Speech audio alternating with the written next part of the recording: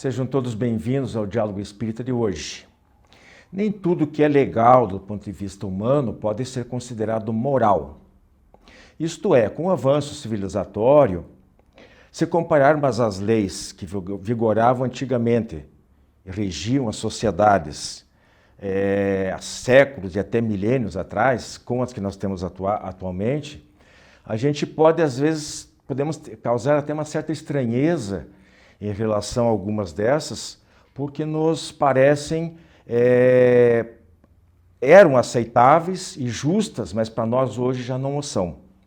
Com o progresso vem também a necessidade de reformulação da legislação humana. Porém, ainda hoje não é nada difícil de nós nos depararmos com leis antiquadas, incompletas e omissas. Sem falarmos que muitas vezes, frequentemente, certos segmentos sociais têm trabalhado por ignorância ou interesses pessoais ou corporativos escusos, por regulamentações que colidem frontalmente com os princípios da justiça. Como exemplo aqui, a gente poderia citar o foro privilegiado dos políticos brasileiros, ou as regalias e extravagâncias do Supremo Tribunal Federal, ou ainda o não cumprimento de pena após condenação em segunda instância. São coisas que o bom senso nos demonstra claramente o erro e não são corrigidos. Às vezes são mexidos até para pior. Para ficarmos num exemplo, debateremos aqui hoje no tema livre a questão do aborto, sobre a qual a doutrina espírita firma uma posição muito clara pelo direito de nascer. Não só a ideia da interrupção voluntária da gravidez repugna a razão, a dignidade e agride a natureza dos sentimentos humanos, ou melhor, da natureza humana, que todos nós somos, como principalmente porque Deus estabeleceu, e aí resumindo num preceito da lei mosaica, o não matarás. Porém, também respeito à racionalidade humana é preciso estendermos o nosso olhar para além da bitola estreita que fanatiza e emburrece. Então vem a pergunta: será que a proibição da prática do aborto ela serve para todas as situações? E em qualquer dos casos, por que, em havendo exceções? Uma criança de 10 anos, violentada desde os 6 e que acaba grávida, será que ela pode contar com o beneplácito da lei ou deve levar essa gravidez até as últimas consequências? Agora no Diálogo Espírita.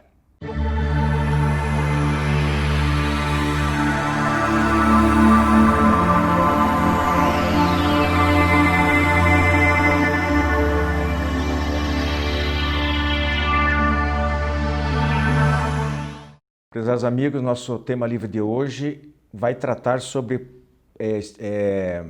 a gravidez pós-estupro. Comigo hoje, mais uma vez aqui, a Hilde Miranda e a Andrea Kleinas. A gente vai fazer uma breve introdução aqui sobre o tema, porém a nossa intenção é analisar especificamente o caso daquela menina de 10 anos que foi violentada pelo tio no Espírito Santo e teve a sua gravidez interrompida, autorizada pela Justiça, autorização judicial. Um fato semelhante aconteceu em 2009, em Pernambuco, com uma menina quase da mesma idade, era 1 ano mais nova, e ela ficou grávida de gêmeos, e vítima do padrasto. Então, assim, quando a gente trata, a gente vai discorrer isso mais à frente, mas quando a gente trata da mulher, de uma pessoa adulta, que é vítima de uma situação dessa, a gente entende que por mais dolorosa que seja essa situação, né, essa experiência, cuja violência atinge não só o físico, mas o psicológico, o emocional da mulher, afetando a sua vida familiar, social, sexual e espiritual, por mais que a gente tenha que se posicionar, digamos assim, contra esse tipo de situação, mas o aborto não nos parece ser a melhor situação. Essa é a posição da doutrina espírita.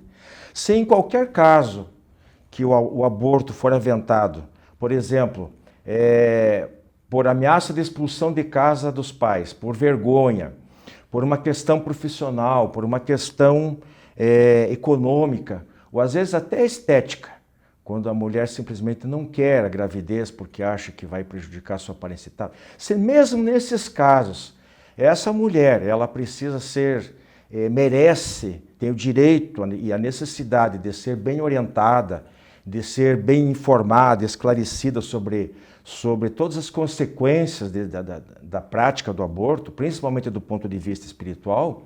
Neste caso que nós estamos falando, da vítima de estupro, muito mais ainda, né? Então, qual seria a solução?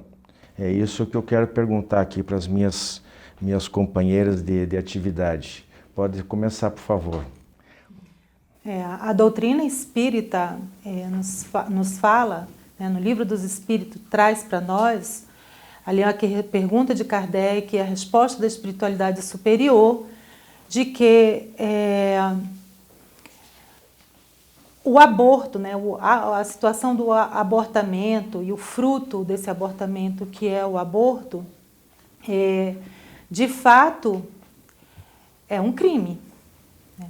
Nós estamos tirando a vida de um irmão nosso. Então, de forma geral, né, o que a doutrina nos fala sobre o aborto é isso, porque é uma vida, e toda vida deve ser preservada, né? Salvo numa situação em que a mãe, né, a geradora, no caso, ela esteja passando por alguma situação em que põe em risco a sua vida.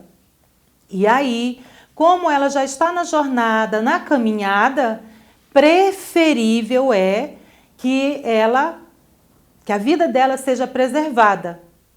Porém, a ela é dado o direito dessa escolha, porque nós sabemos que muitas mulheres, mesmo quando alertadas pelos seus médicos, que há um risco de vida, a escolha dela, de manter essa gravidez e dar a vida por esse filho, né? Então, tem essas situações. No caso, Andréia, que nós estamos tratando especificamente, qual é a solução para essa mãe, onde, apesar da situação, como eu coloquei ali, né, por mais dolorosa que seja e tudo, mas o que ela poderia fazer como solução? Qual é a porta de saída, já que ela não quer o filho, por exemplo? Tudo, na verdade, a gente precisa contextualizar, né? Então, a gente tem relatos, nós temos recortes de relatos que a mídia nos traz. A gente não tem o laudo médico, o laudo do especialista, a perícia psicológica, o laudo das pessoas que estão ligadas à lei, para nós sabermos exatamente qual é a postura, mas nós nos baseamos em dados, né, literários e tudo que já foi estudado e temos em capítulos de livro e artigos científicos, né?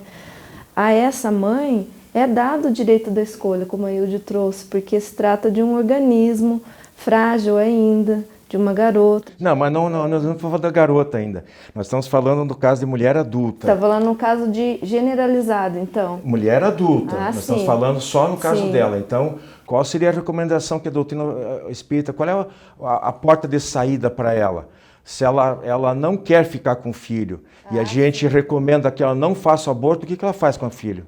Ora, dentro da própria lei, essa mãe pode entregar a criança para ser adotada numa instituição, né? Isso já, ela pode se fazer valer essa ideia que ela tem, essa vontade que ela tem, e isso vai ser encaminhado, né? Nós temos dentro da própria lei esse recurso para protegê-la nesse caso.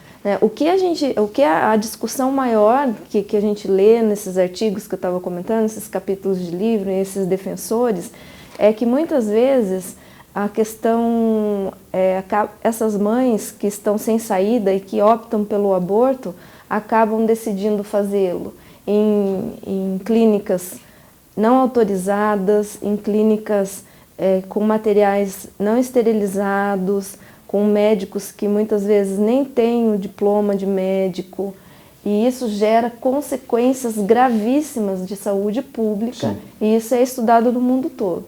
Então, por isso que a gente precisa, o que a gente estava discutindo antes, né, do programa iniciar, a gente precisa não julgar, né? Cada Mas, com caso é um certeza. caso.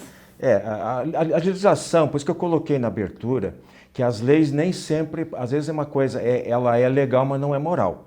E nós estamos tratando aqui, mas não vamos nem enveredar muito para essa decisão do Supremo Tribunal Federal. A lei atualmente prevê o estupro no caso de risco de vida à mãe, de vítima de estupro e de anencefalia. São os 3 casos. A doutrina espírita, como ela lembrou, é o único caso. Depois a gente volta a esse ponto.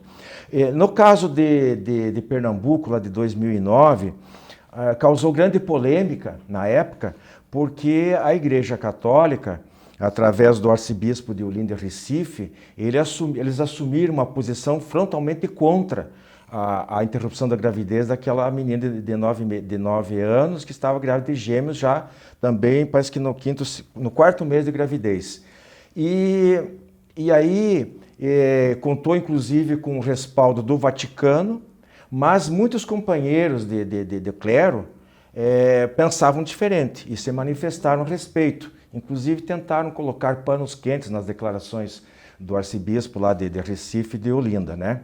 O que a gente viu agora, e aí sim nós passamos a tratar especificamente do caso da menina, é que houve manifestações de um grupo católico, do pró-vida e até de deputados estaduais evangélicos, em frente ao hospital em Recife, onde a menina tinha sido levada, porque lá em Vitória, no Espírito Santo, os médicos não quiseram fazer o aborto porque ela já estava num estado de gravidez avançado, estava de quase 6 meses, né?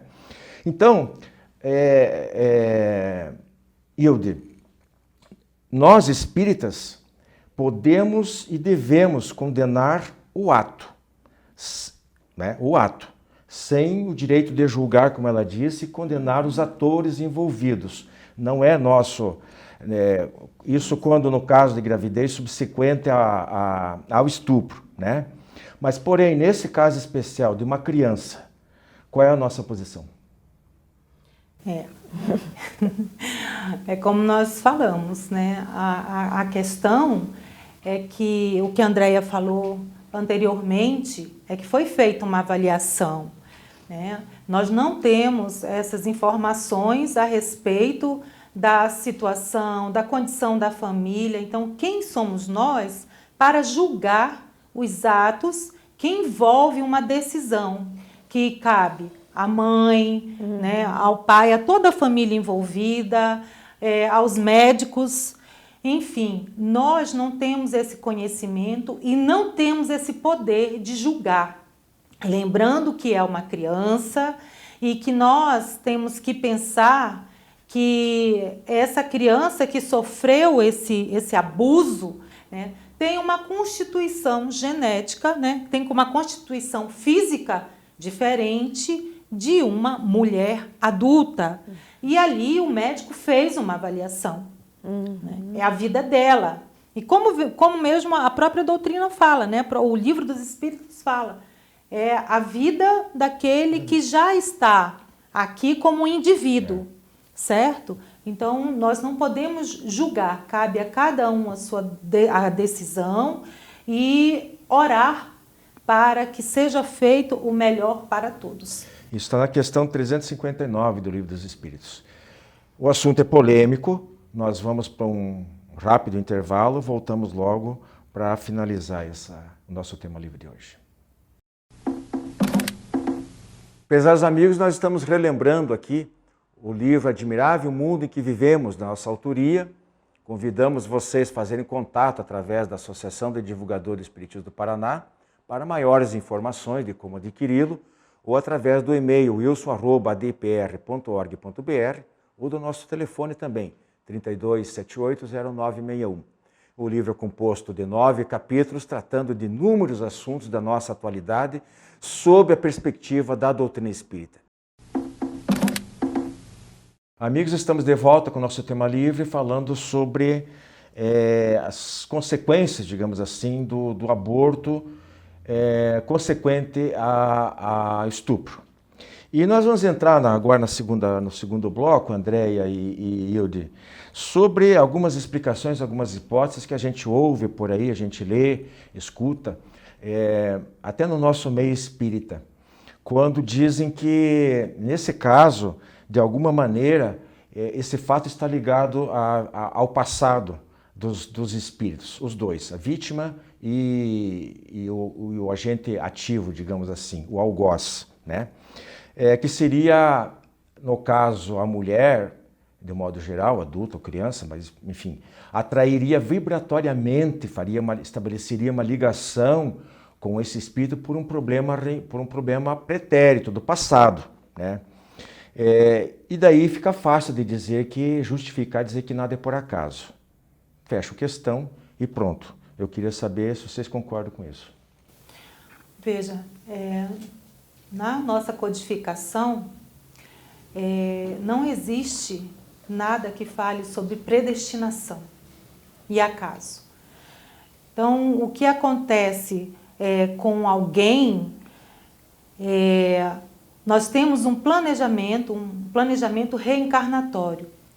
Muitas vezes acontece, como nós estamos num planeta de provas e expiações e sabendo que vamos reencarnar aqui, o ambiente que nós escolhemos é propício para situações, né, para que situações de violência, de agressão ocorra. Então, eu sei que naquele ambiente em que eu escolho vir, tem essa situação. Não significa que eu vou ser agredida, que eu vou passar por alguma situação, porque eu venho ali para vencer as minhas mazelas, as minhas dificuldades, as minhas angústias, aquilo que eu preciso trabalhar e aprender. É uma escola, estamos aqui para isso. Mas lembremos que como nesse ambiente tem toda uma situação envolvendo várias pessoas e que nós temos o nosso livre-arbítrio, tem aquele outro que também decide ir por um caminho ou outro.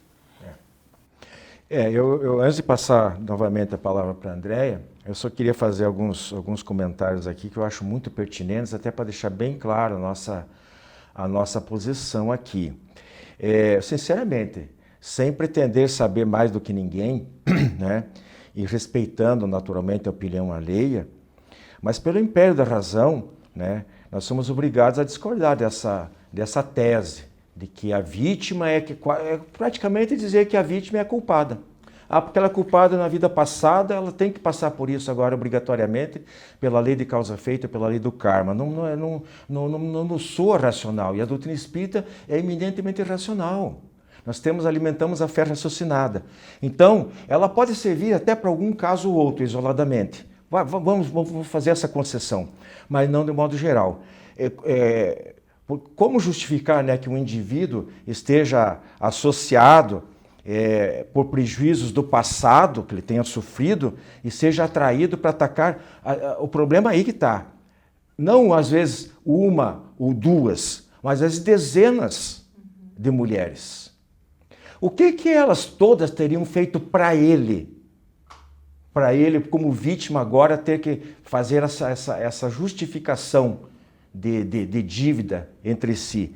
Nessa época de 2009, daquele outro caso, a polícia da Inglaterra estava investigando um taxista que é suspeito de ter estuprado 500 mulheres. Nossa. Como é que vamos explicar isso, gente? Como é que essas 500 mulheres atraíram ele? O que elas podiam ter feito para ele? Que vítima, que tipo de vítima ele poderia ter sido, né? Então nada é por acaso, de fato. A causa é o livre-arbítrio, como bem a Hilde disse, né? De seres moralmente primitivos, enfermos da alma, que ainda convivem em nossa sociedade e que dão vazão aos seus instintos primitivos, atacando, agredindo e violentando pessoas vulneráveis.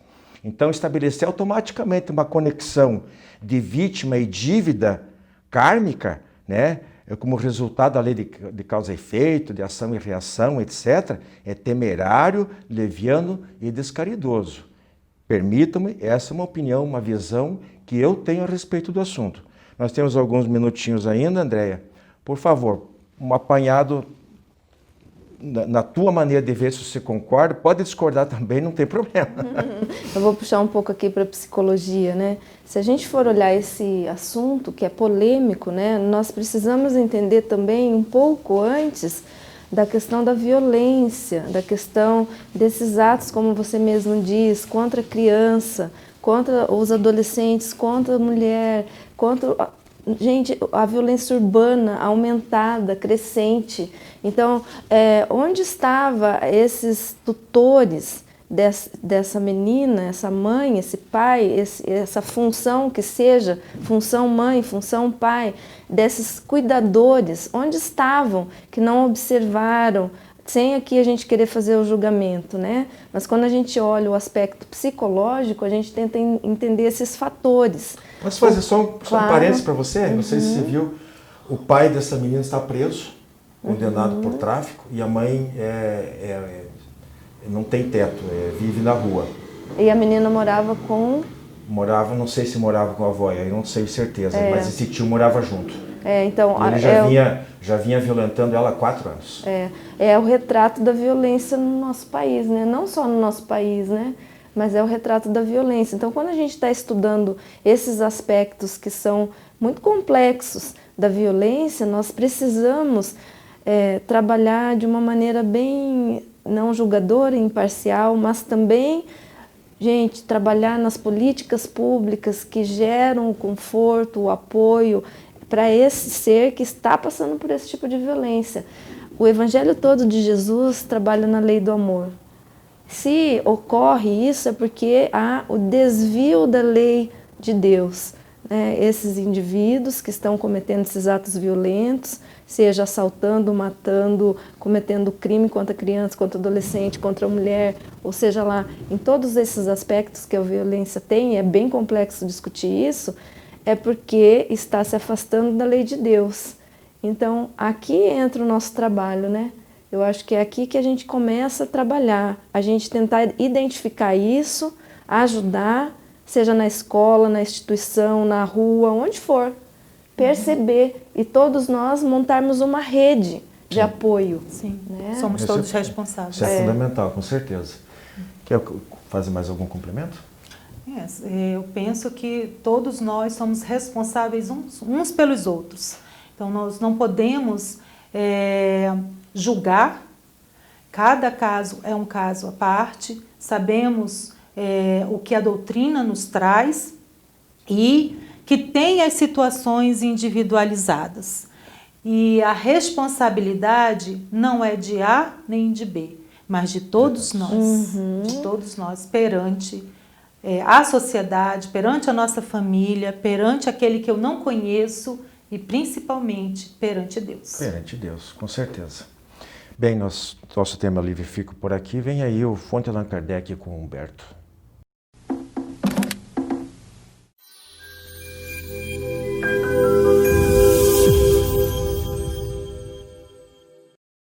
Queridos irmãos, no quadro Fonte Allan Kardec de hoje, eu vou comentar a passagem que consta no Evangelho segundo o Espiritismo das palavras de Jesus.